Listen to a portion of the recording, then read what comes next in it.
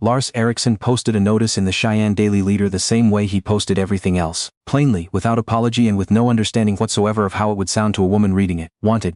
Capable woman, 30-45 for housekeeping and child supervision on working cattle ranch, Platte County, Wyoming. 2 children, ages 6 and 9.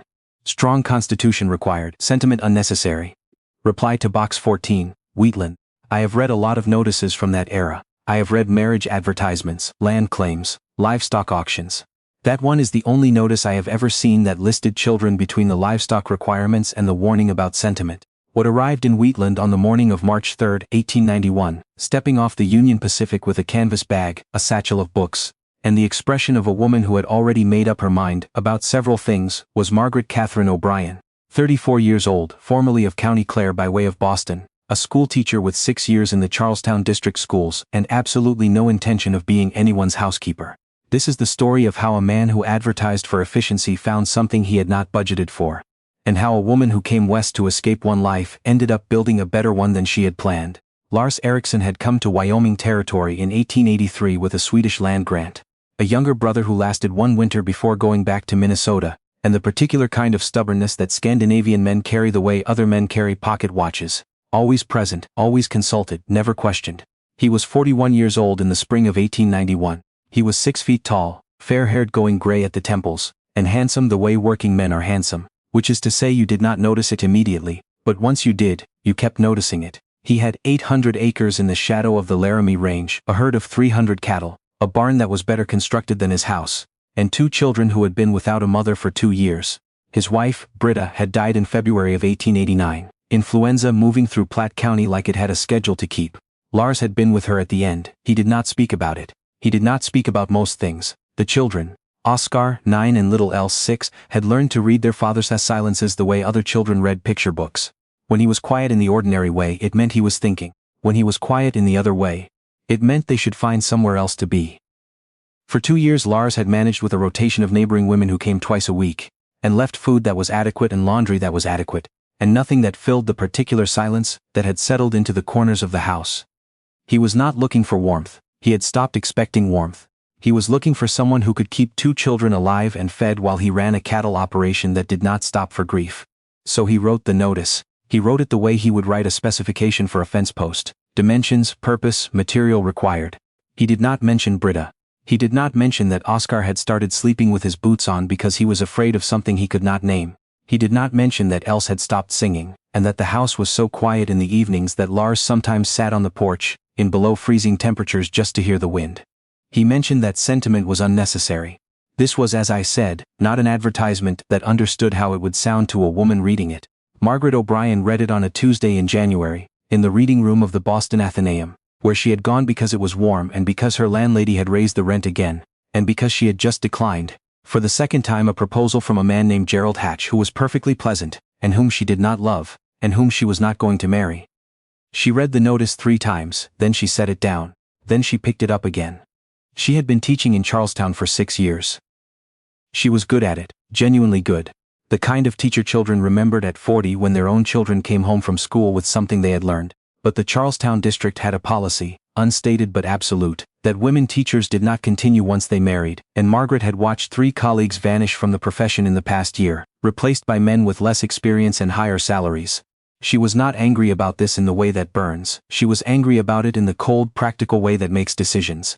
She wanted to go west. She had wanted it for 2 years, reading every account she could find of Wyoming, Montana, the Dakotas, women who had built schools, started libraries, taught children in sod houses with dirt floors and no chalk. Wyoming had given women the vote in 1869. Wyoming had women on juries. Wyoming was, by the available evidence, a place where a woman's usefulness was not in question. What she needed was a reason, a specific reason. A box number. She wrote to Box 14, Wheatland. Her letter was 3 pages long. Lars Eriksson's response was 4 sentences. He confirmed the position was available. He listed the duties. He said the wages were $12 a month plus room and board. He said she should bring warm clothes. Margaret wrote back, I will need a room of my own and access to whatever books are on the property. I will arrive on the 3rd of March if this is acceptable. I have managed a classroom of 31 children for 6 years, so 2 should present no difficulty. Lars wrote back 1 sentence. Room is available, books are few. She took the train. Lars Eriksson met Margaret Catherine O'Brien at the Wheatland Depot on a morning when the temperature was 11 degrees and the wind was coming down from the Laramie Range with intent. He was holding a handwritten sign with her name on it. She was wearing a gray wool coat that was adequate for Boston and wholly insufficient for Wyoming, and she was carrying a canvas bag in one hand and a satchel so heavy with books that she had switched it from arm to arm 4 times on the platform. He took the satchel without asking. He looked at its weight with something that might have been surprise. She looked at him and said, "You're Lars Eriksson," he said. "Yes." She said, "Your notice said 2 children. How old exactly and what are their temperaments?" He said, 9 and 6. "The boy is cautious, the girl is loud." She said, "Good. Cautious children need encouragement, loud children need direction. I can work with both." Lars looked at her for a moment. He had expected someone quieter. He had expected someone who would ask about the house, about the duties, about whether the roads were passable. He had not expected a woman who led with the children. He said, "The wagon is this way." She followed him. On the 30-minute ride to the ranch, she asked him 11 questions, about the water source, the nearest school, the distance to the town library, whether the children had primers, whether they had been to school at all in the past 2 years, what they ate for breakfast, whether Lars himself could read, whether there were neighboring families with children close in age, whether the ranch had a root cellar, what the children called their mother, and whether they still did. Lars answered 10 of them. The 11th, what the children called their mother, he did not answer. He looked at the road ahead and was quiet in the other way. Margaret noted this and did not ask again. When they arrived at the ranch, Oscar Eriksson was standing on the porch in his coat and boots, watching the wagon come up the road with the expression of a 9-year-old who has learned to assess new situations before committing to any feeling about them. Else was behind the door, visible as a slice of face through the 2-inch gap she had allowed herself. Margaret got down from the wagon before Lars had finished tying off the horses. She walked to the porch, stopped at the bottom step and looked up at Oscar. She said, "You must be Oscar. I'm Miss O'Brien. I've been told you're cautious, which I respect. You don't have to decide anything about me today." Oscar stared at her. He said, "Papa said you were a housekeeper." She said, "Your father and I may have some differences of opinion about that. Is your sister behind the door?" Oscar glanced at the door. "She thinks she's hiding." "She's doing reasonably well," Margaret said. "Else," she said it toward the door, not loudly, "I brought books. When you're ready you can look at them." The door did not open, but the gap widened by approximately 1 inch. Lars, coming up behind her with the bags, watched all of this. He said nothing. But something in his posture, some small calibration, shifted. The first week was, by the measure of what Margaret had expected, surprising. By the measure of what Lars had expected, it was bewildering. She kept the house, she cooked, well, and without complaint, and with an efficiency that Lars, who was himself efficient, recognized and respected. She managed the children's meals and their bedtimes and the basic order of the household without being told how things were done or asking Lars for guidance. What she also did, which was not in the notice, on the first morning she found Oscar's primer, a McGuffey reader, second eclectic, pages warped from a spill that had never been properly dried, and sat him at the kitchen table after breakfast and worked through 4 pages with him, slowly, without impatience, asking him questions that made him think rather than recite. Oscar, who had been told by the last neighboring woman that he was not a natural reader, read all 4 pages and correctly answered every question. He did not say anything when they finished, but he came back to the table without being asked the next morning. On the second day, Margaret discovered that Else could not yet read at all. Not a single letter. She had not been told this. Lars had not mentioned it, either because he did not know or because he did not want to account for the 2 years since Britta died. Margaret sat with Else on the floor beside the stove, not at the table which Else would not approach, and drew the alphabet in charcoal on a flat piece of hearthstone. They did not use the primer. They used the hearthstone and the charcoal and whatever words Else wanted to learn, which on the first day were cat, milk, mama and Else. Lars came inside from the afternoon chores and found his daughter sitting cross-legged in front of the fireplace, tracing letters with her finger and saying them aloud to herself. He stood in the doorway for a moment. He put his coat on the hook. He went back outside and split more firewood than was strictly necessary for the evening. On the 5th day, Margaret reorganized the kitchen pantry. She found 3 months of canned goods that had been shelved with no logic she could identify. Peaches beside lye soap, flour in a corner that collected damp, and spent 2 hours reordering them by type and frequency of use, with the items used most often at eye level and a handwritten inventory list tacked to the insides of the cabinet door. When Lars came in for supper and opened the pantry, he stopped. He said, "You moved everything," she said. "I labeled it too. The list is on the door." He was quiet for a moment, reading the list. Then, "The peaches were by the soap, because that shelf doesn't get cold." She said, "I moved them to the shelf above, which also doesn't get cold and is 3 feet from the stove. The soap is now with the cleaning supplies, where it will not accidentally flavor the peaches." Lars read the list again. He said, "It's a good system," she said. "I know." He almost smiled. She was not looking at him, so she did not see it, but it was there. By the end of the first month, his house was running with a precision that Lars had not experienced since before Britta got sick, and in some respects beyond, because Britta, God rest her, had been warm and wonderful and not systematically organized. Margaret was warm in the way of a well-built stove, consistently, reliably, and only obvious when you stopped to notice it. But the thing that Lars had not expected, the thing that slowly, quietly rearranged something in his chest, was the evenings. Margaret, after supper and after the children were in bed, sat at the kitchen table and read. She had unpacked 14 books from her satchel and arranged them on the windowsill in a row. She did not ask for a bookshelf. She did not require conversation. She simply occupied the evening the way a fire occupies a room. You did not need to engage with it to be glad it was there. Lars, who had spent 2 winters sitting alone at that same table with nothing but his own thinking and the wind, found himself staying inside in the evenings rather than retreating to the barn. He told himself it was because the barn was cold. This was true. It was also not the reason. One evening in early April he came in from a late check of the cattle to find Margaret at the table with a book open and a second book beside it, and she was copying something from one into the other, writing carefully, left-handed, which he had not noticed before. He said, "What are you writing?" She said, "A lesson, for Oscar. He's ready to move past the primer." But the next reader assumes the student has already had instruction he hasn't had. "I'm bridging the gap." Lars looked at what she was writing. He could read English. He had learned it in the 10 years since he arrived. The way you learn a language when your survival depends on it, imperfectly but functionally. What she had written was clear and careful and nothing like the dry columns of the McGuffey reader. He said, "You're making him a new book." She said, "I'm making him 3 pages, don't overstate it." He said, "You didn't have to do that." She looked up at him then. She said, "Mr. Eriksson, I'm a teacher. This is what I do. The fact that your notice called it housekeeping doesn't change what it is." Lars sat down across the table from her. He had not planned to sit down. He said, "My notice was poorly written." She said, "Your notice was honestly written. You wanted someone efficient." "I am efficient, you just didn't know what the efficiency would look like." He looked at her. He said, "No, I didn't." It was for Lars Eriksson a considerable speech. He had not spoken to another adult at length in roughly 8 months. He had not sat at the kitchen table in the evening with another person since the winter Britta was sick. He sat there for another 20 minutes while Margaret continued writing, and he did not say anything else, and she did not require him to. And when he finally got up and went to bed, he lay awake for a while thinking about the word efficiently, and how he had used it as a shield. And she had walked right through it without appearing to notice it was there. In May, Else said her first word to Margaret that was not a question or a one-word answer. They were outside, in the kitchen garden Margaret had started behind the house.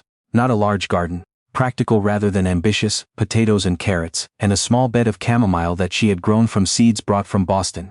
Else had been following her around the garden for 3 days, watching, not helping, in the particular way of a 6-year-old who wants to participate but won't ask. Margaret had handed her a small trowel without comment and let her dig alongside without instruction. On the 5th day, Else looked up from the chamomile and said, "Mama grew flowers." Margaret kept working. She said, "What kind?" Else said, "I don't know the name, yellow ones. Papa mowed them down when he did the field." Margaret said, "Did he know they were hers?" Else thought about it. She said, "I think he forgot." That evening Margaret found Lars in the barn and said, "There's a patch of what I think is black-eyed Susan coming up along the east fence. I wanted to know before I cleared it whether you wanted it left." Lars looked at her. The name of the flower registered on his face in a way that he could not entirely control. A tightening, brief, "Gone," he said. "Leave it," she said, "of course," and left. She did not explain that Else had told her.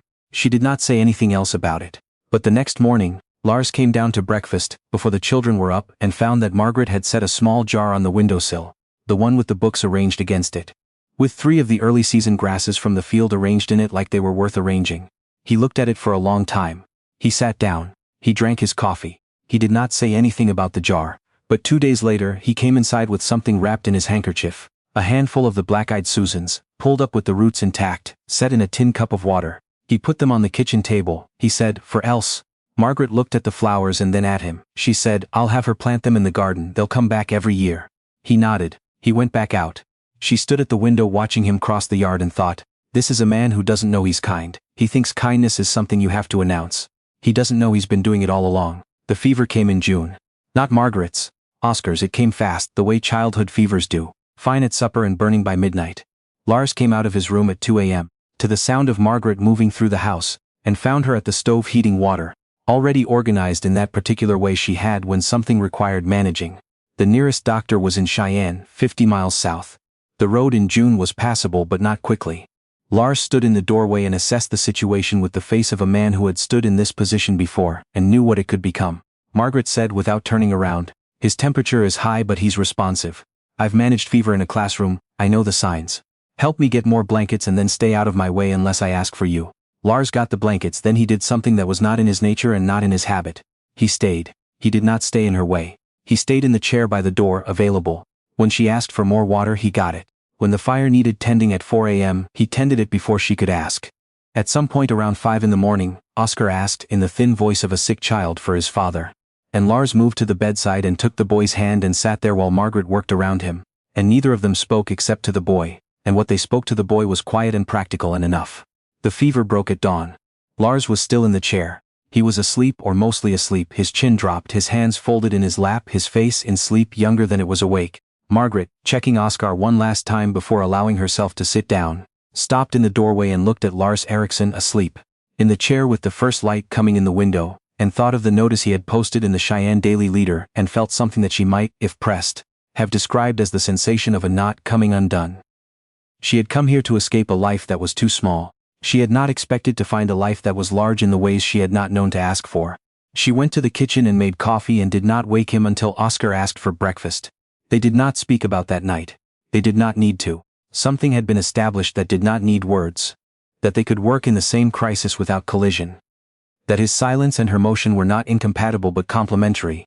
That the children between them would not be alone. The real shift, the one that took what had been an arrangement and made it into something neither of them had name for yet, happened on a Sunday in late July, when Oscar read aloud in front of his father for the first time. It was not planned. Margaret had not suggested it. They were at the kitchen table after Sunday dinner. Lars with his account book, Margaret with a book from the windowsill, the children with a checkers board, and Oscar had the lesson pages Margaret had written for him, and he began to read them, softly to himself and then slightly less softly. And then Else said, louder the way small sisters do, and Oscar read louder. What he was reading was a story, not a McGuffey passage about industry and virtue and the value of honest labor. A story, Margaret had written it herself, about a boy and a dog in a winter storm in Wyoming, with details so specific to the landscape they could see from the window that Else kept looking up as if expecting the dog to appear in the yard. Lars set down his pencil. He did not say anything. He listened to his son read. This boy who 8 months ago had been told he was not a natural reader, read fluently with feeling, pausing at the right moments, looking up to check the effect on his audience. When Oscar finished, he looked at his father. Lars said, read it again. Oscar blinked. He said the whole thing? Lars said, from the beginning. Oscar read it again. Else leaned against her father's arm.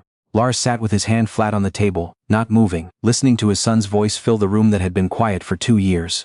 When it was done the second time, Lars looked across the table at Margaret. She was looking at her book. She was not reading it. She was giving him the privacy of a moment she understood belonged to him. He said, Miss O'Brien. She looked up. He said, thank you. She said, he did the work. He said, you showed him where it was. She held his gaze for a moment, then she said, you're welcome, Mr. Eriksson, and looked back at her book. But her hands were not quite steady on the page. That evening, after the children were in bed, Lars came in from the barn earlier than usual.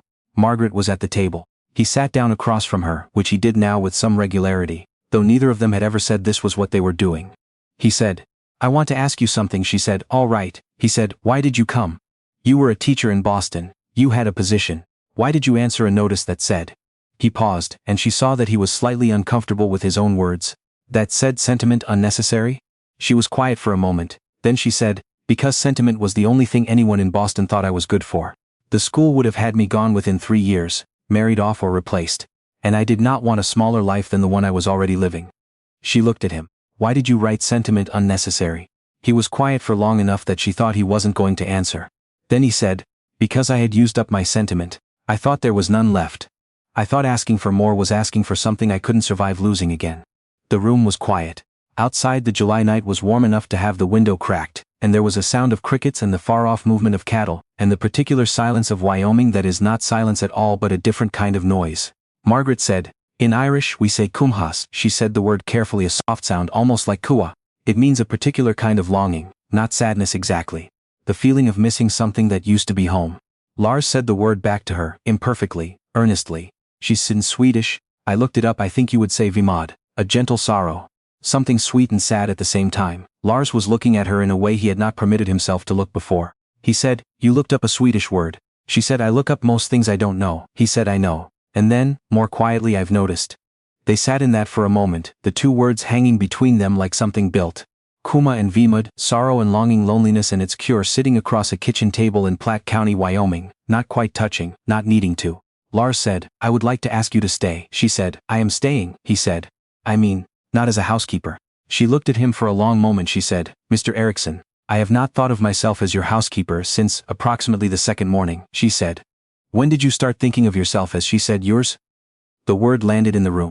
She had said it as a plain statement, the way she said most things, and it was the most direct sentence either of them had spoken, and it was exactly right.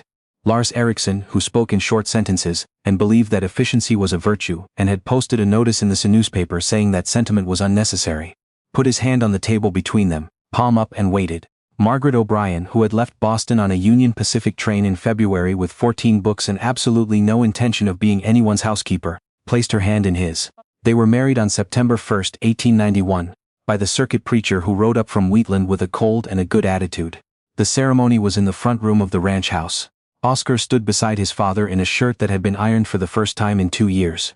Else wore chamomile flowers in her hair from the garden, her own idea, executed with complete confidence. Lars and Margaret Eriksson ranched in Platte County for 39 years. Oscar took over the operation in 1921 and expanded it to 2,000 acres. Else became a schoolteacher in Laramie, which surprised no one who had watched her with the Hearthstone alphabet in 1891. Margaret opened the first lending library in Wheatland in 1898, in a room above the hardware store, with 43 books. 29 of her own and 14 donated by neighbors who had been asked politely and firmly and twice. By 1910 it had 600 volumes and a part-time librarian who was paid a modest wage, and whom Margaret supervised with the cheerful exactitude of a woman who knew exactly what she was doing and why. Lars died in 1930 at the age of 80. Margaret lived until 1944 when she was 87. She is buried beside him on the rise above the east pasture, where the black-eyed Susans that Else planted in 1891 still come back every summer without being asked. He advertised for a housekeeper. She arrived and refused to be one. And what they built, the home, the children, the library, the 39 years of evenings at that kitchen table with one of them reading and one of them present and both of them, in the best sense of the word, together, was better than either of them had known to want. I think about Lars Eriksson sometimes, writing that notice. Sentiment unnecessary. A man so afraid of needing something again, that he tried to write need out of the equation entirely. And I think about Margaret O'Brien on the train west, carrying 14 books, and the very clear understanding that she was worth more than the life she was leaving. Neither of them arrived expecting what they found. Both of them were, in the end, exactly what the other needed, not because they were matched by an agency or designed for each other, but because they were honest and they were capable. And when the moment came, neither of them flinched. The best things don't come with specifications. They come with canvas bags and 14 books and the willingness to say, plainly, across a kitchen table, "I have been yours for some time now. I thought you should know. Tell me, what was the moment you knew?" Lars was no longer just looking for efficiency. And if you want another story about two people who found something better than what they asked for, it's waiting for you right here.